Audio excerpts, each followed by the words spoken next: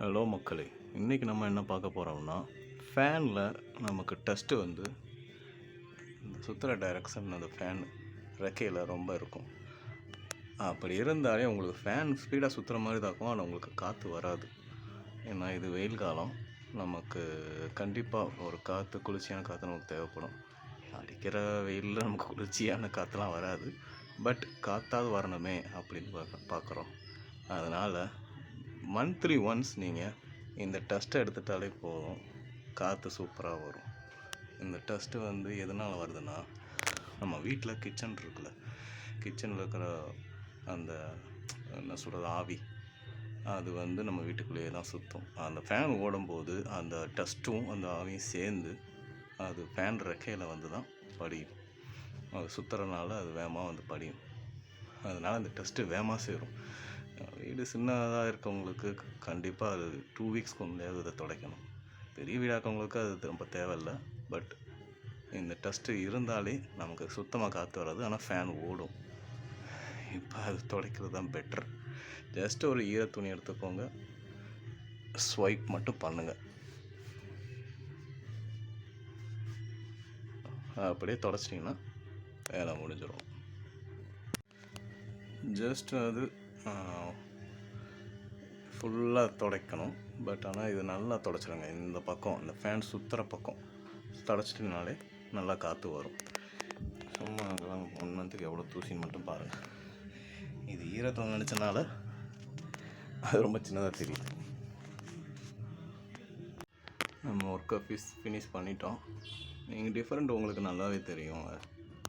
துடைக்கிறதுக்கு முத நாள் இருக்கிற வரைக்கும் ஒரு காற்றும், நீங்கள் துடைச்சதுக்கப்புறம் வர்ற காற்றையும் நீங்கள் டிஃப்ரெண்ட் பண்ணாலே உங்களுக்கு தெரிஞ்சிடும். ஓகே கைஸ், பாய். இந்த மாதிரி ஹைட்டாக இருக்கிற ஃபேனை நம்ம துடைக்க முடியாது தான். ஸ்டூல் போட்டு அது ரிஸ்க்கு கீழே வந்துட்டால் நமக்கு தான் ப்ரோக்கன் ஆகும். ஸோ அதுக்கு நான் சொல்கிறேன், அது சிம்பிள் தான். ஒரு ஸ்டிக்கு, ஒட்டடி அடிக்கிற ஸ்டிக் இருக்குல்ல, அது வச்சு நம்ம க்ளீன் பண்ணிக்கலாம். அது உங்களுக்கு எக்ஸ்பிளைன் பண்ணுறேன்.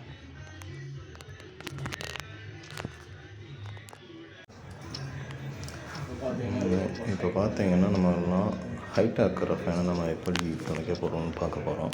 ஜஸ்ட் ஒரு ஒட்டடிக்கு ஸ்டிக்கும் ஒரு நார்மல் ஸ்டிக் எடுத்துக்கோங்க. அதுக்கப்புறம் ஒரு டைரக்ஷன் ஸ்டிக்கில் ஸ்டிஃபாக பிடிச்சிக்கிட்டு இன்னொரு இதில் ஸ்வைப் பண்ணுங்கள். அங்கே இருக்க தூசி எல்லாம் வந்துடும். நார்மல் ஸ்டிக்கில் நமக்கு அடித்தாலே போதும் தான்.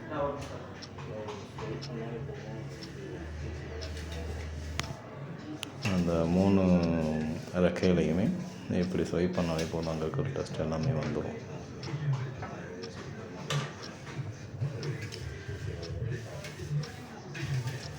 மந்த்லி ஒன்ஸ் பண்ணாலே போதும், நமக்கு நல்லா காற்று வரும். நம்ம ஃபேனில்